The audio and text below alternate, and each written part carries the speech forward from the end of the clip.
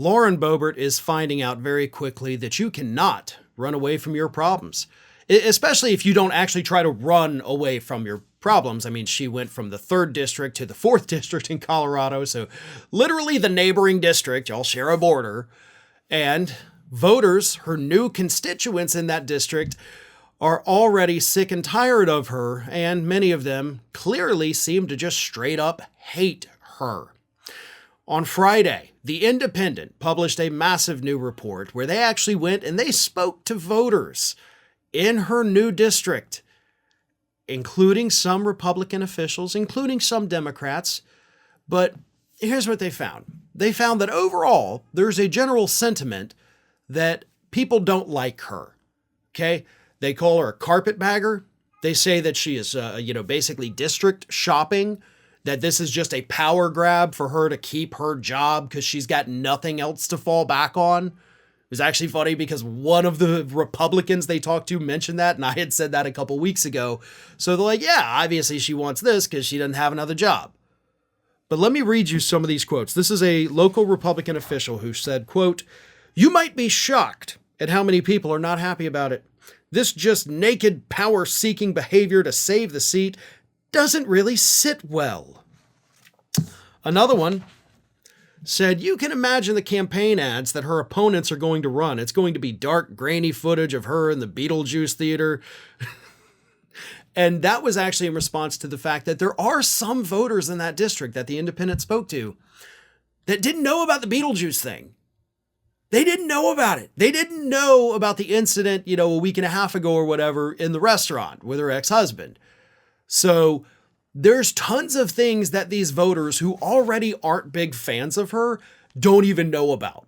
So that's why they're saying, like, that's going to be in every ad in this primary season in Colorado. And it's going to make a lot of people who might be on the fence about her be like, oh, hell no. Some more quotes. "I won't vote for her because of who she is and what she's done." Okay. Fairly simple. That's just a random voter in the district. Another one, this is actually State Representative Richard Holtorf, who, of course, is running against her in the primary. He says, "She's a deserter. She's deserting her people out of political expediency. There's a certain very disruptive things she's done that are unprofessional and should not be done. The outcries during the State of the Union speech. You just don't do that." Then you had another person. This was a Colorado Democratic Party official who said, "I think the most common phrase that we hear is that she's a coward, that she's most interested in her social media accounts and not actually getting things done." So, of course, leave it to the Democrats to be the ones to have to point out, like, hey, I know she's got all this horrible behavior, but let's not forget she's done nothing for the voters. That should probably be issue number one. Aside from her extracurricular activities, she's not doing anything for you. So imagine, if you will, this two-pronged attack, one coming from the left and one coming from the right. On the right, as the one person said, they're going to be showing the grainy footage of her in the theater, feeling up her boyfriend, vaping, and all of that. Her giving the middle finger to everybody as she's being escorted out of the building. They're going to talk about all of the other things. They're going to show the outburst that she's had during the State of the Union address. They're going to show all of this horrific, disturbing, disgusting behavior. And that's coming from the right. And over here on the left, they're going to be attacking her, telling voters like, hey, she didn't do a damn thing for the 3rd district. Not a thing. She didn't get any bills passed. She actually voted against the infrastructure bill that ended up bringing jobs and money to her own district. So she didn't even want to give them that.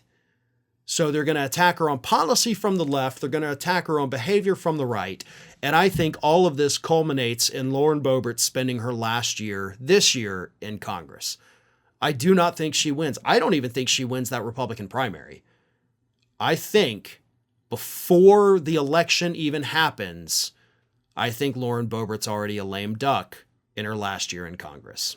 Hi, everyone. This here is little Athena. And Athena would like to know why you haven't subscribed to Fair and Balanced yet. So please, don't let Athena down. Subscribe today.